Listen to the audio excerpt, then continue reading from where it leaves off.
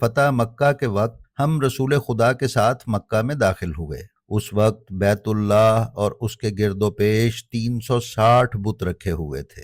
نبی اکرم صلی اللہ علیہ وآلہ وسلم نے حکم دیا کہ سب منہ کے بل زمین پر گرا دیے جائیں۔ بیت اللہ کی چھت پر حبل نامی ایک بڑا بت نصب تھا۔ نبی اکرم صلی اللہ علیہ وآلہ وسلم نے حضرت علی علیہ السلام کی طرف دیکھا اور ان سے فرمایا، اے علی، آپ میرے کندھوں پر سوار ہو جائیں اور ان بتوں کو توڑ دیں، یا پھر میں آپ کے کندھے پر سوار ہو کر انہیں توڑتا ہوں۔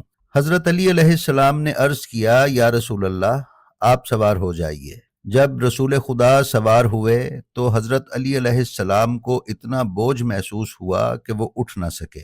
اس وقت آپ نے عرض کیا، یا رسول اللہ، میں سوار ہوتا ہوں۔ رسول خدا مسکرا اٹھے اور آپ نے اپنی پشت جھکائی اور حضرت علی سوار ہو گئے۔ حضرت علی بیان فرماتے ہیں